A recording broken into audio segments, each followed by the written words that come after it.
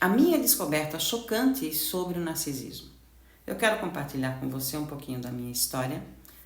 Desde muito pequenininha, eu sempre gostei de estudar o comportamento humano. Lá com os meus 5, 6 anos de idade, eu sempre prestei atenção no comportamento humano em si.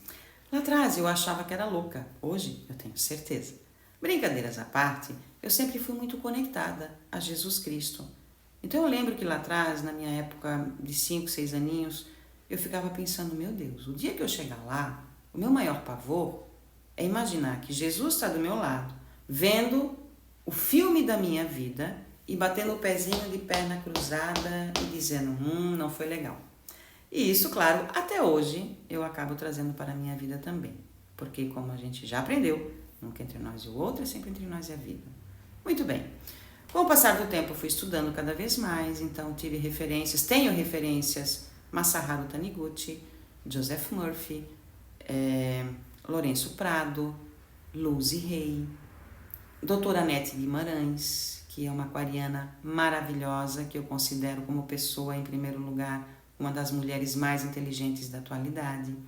Doutora Anaída Mico, que é uma pisciana que com a sua fluidez, ela traz para nós essas mensagens maravilhosas de despertar. Maura de Albanese, que também é uma ariana porreta, que está ali e explica sobre a autorresponsabilidade. Doutora Ana Beatriz Barbosa, uma ariana também, que traz para nós a questão do mental e dos transtornos e o quanto a gente precisa entender também, sempre junto com a parte espiritual.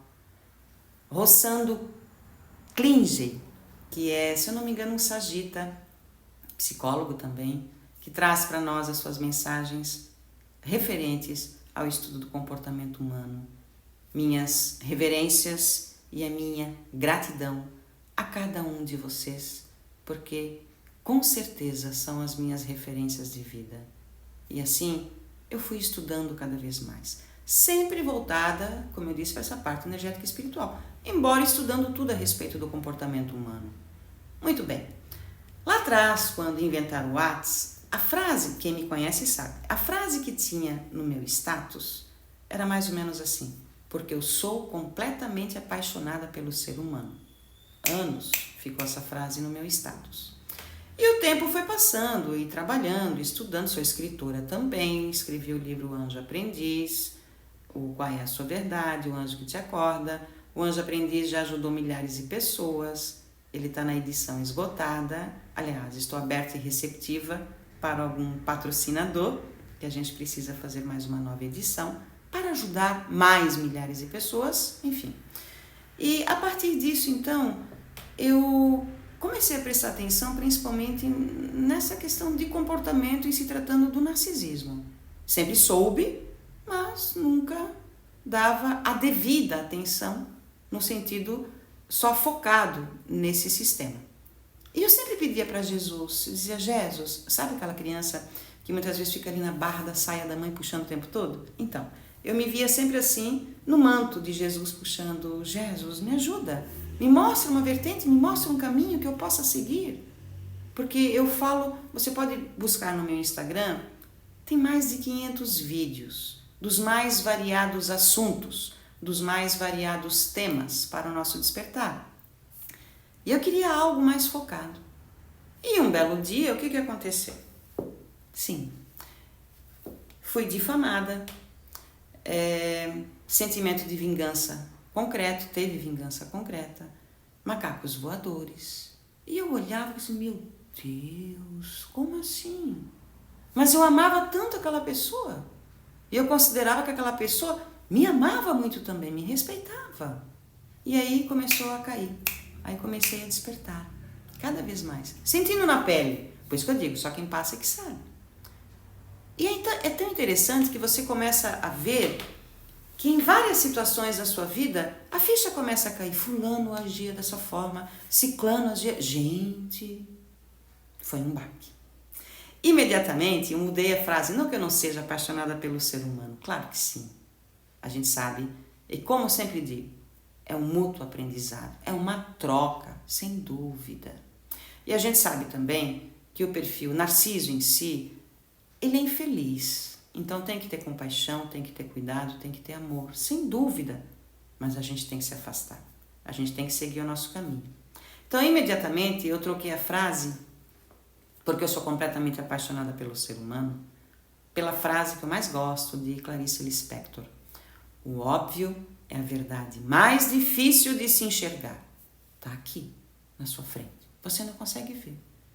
Isso foi tão chocante para mim, porque até então era a vertente, continuo, da mesma leitura, da mesma forma, a parte energética e espiritual, que para mim particularmente não faz sentido a vida, se não tiver a parte energética e espiritual, mas que realmente, infelizmente, sim, existem pessoas que destroem a vida das outras. Seja pelo grau de evolução espiritual dela, seja porque tem alguma configuração química cerebral que não conecta, por várias razões. Mas ali eu posso dizer para você, foi chocante para mim. E eu fiquei mais chocada ainda quando eu vi o quanto que as pessoas sofrem com isso.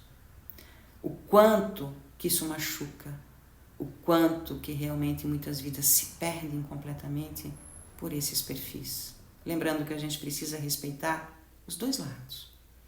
Mas ali foi um clique, foi um despertar para mim como pessoa, em primeiro lugar, e ter a consciência de que sim, realmente destrói a vida.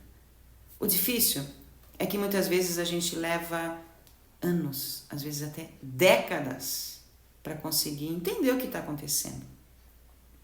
Então, eu senti na pele, passei na pele ao longo da minha trajetória, tudo isso que a gente tem de troca aqui.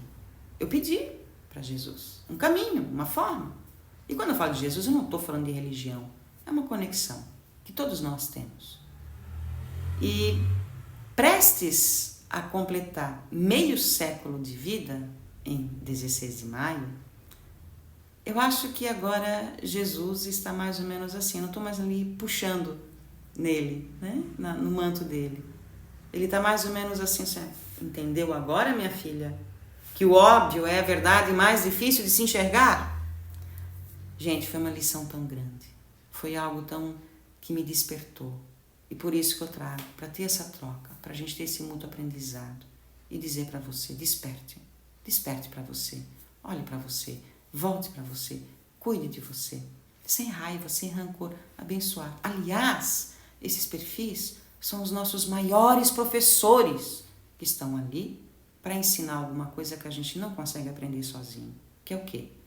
Impor limites e cuidar também, para não misturar sentimentos, não ter intimidades demais, e que é aqui, com a gente em primeiro lugar. Doutora Nete Guimarães tem uma frase que me chama a atenção, que diz assim: ingenuidade não é uma virtude. Ela tem razão. Então, quando a gente entende como funciona o processo, fica muito mais fácil de conseguir lidar com a situação. Por isso, estude, busque entender o que se passa. Tive vontade de compartilhar isso com você e espero de alguma maneira ter ajudado, ter auxiliado, sempre nessa troca, nesse mútuo aprendizado, tendo a consciência de que a gente sempre cresce junto. Um grande beijo, Deus te abençoe.